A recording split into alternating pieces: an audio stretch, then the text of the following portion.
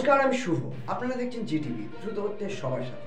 Bar council থেকে আমি প্রবীণ ভট্টাচার্য আর answer মণ্ডল আমরা দুজনই এসেছি যাতে ডোমকলের বারের অ্যাফিলিয়েশনটা দেওয়া যায়, সেটা ছিল আমাদের ইন্সপেকশন। এবং তার সাথে সাথে ডোমকলে দীর্ঘদিন ধরে যে এলাকার মানুষ লিটিগেন্ট পাবলিককে বহরমপুর যেতে হচ্ছে, তাদের কাছে একটা বিচার ভবন তৈরি হয়ে আছে, কিন্তু সেটা বিচার ব্যবস্থাটা শুরু হয়নি। তাই বিচার ব্যবস্থাটা যাতে তাড়াতাড়ি হয় সেটা ত্বরান্বিত করার জন্য বার কাউন্সিলের তরফ থেকে আমরা অ্যাপিল রাখব যাতে উইদিন 3 মান্থস এখানে নতুনভাবে কোর্ট শুরু হয়। এবং তার সাথে সাথে আমাদের যারা আইনজীবী বন্ধুরা আছে তারা যাতে মানুষের সেবা দিতে পারে এবং তাদের অ্যাসোসিয়েশনেরও অ্যাফিলিয়েশন আমরা দিতে পারি, এই জন্যই আমাদের আশা। এবং আমি আশাবাদী যে খুব শীঘ্রই এই কাজ সম্পন্ন হবে। এই যে সুন্দর বিল্ডিং করে পড়ে আছে দীর্ঘদিন থেকে, এই অবস্থায় কেন? মানে কোনো কারোর গাফিলতি বা কোনো সমস্যার জন্য? দেখুন, এটা গাফিলতি বলবো না, এটা মানে এক জায়গার থেকে আরেক জায়গায় যে সংযোগটা সেইটা মাঝে মাঝে ব্রেকআপ হয়ে যায়, যার জন্যই কিন্তু দেরি হয়।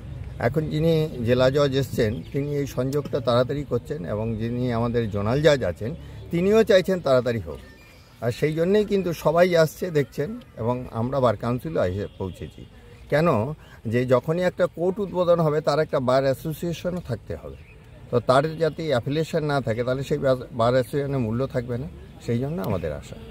আমরা বার কাউন্সিলের তরফ থেকে, আমরা বার কাউন্সিলের মেম্বার, আমাদের এই দীর্ঘদিন ধরে এই ডোমকল বার অ্যাসোসিয়েশনের আইনজীবীদের দাবি আছে যে কোর্ট বিল্ডিং হওয়া সত্ত্বেও এবং জাজেসদের থাকার ব্যবস্থা, কোয়ার্টার খুব স্বয়ংসম্পূর্ণভাবে নির্মিত হওয়ার পরেও দীর্ঘদিন ধরে এই কোর্টটা চালু হচ্ছে না এবং তার ফলে আইনজীবীরাও বঞ্চিত হচ্ছে এবং সাধারণ মানুষটাও মানে বিচার প্রক্রিয়া থেকেও তারা সেই সুযোগটা, ইনফ্রাস্ট্রাকচারটা কমপ্লিট আছে তা সত্ত্বেও সেই জায়গায় তারা সেই সুযোগগুলো পাচ্ছে না।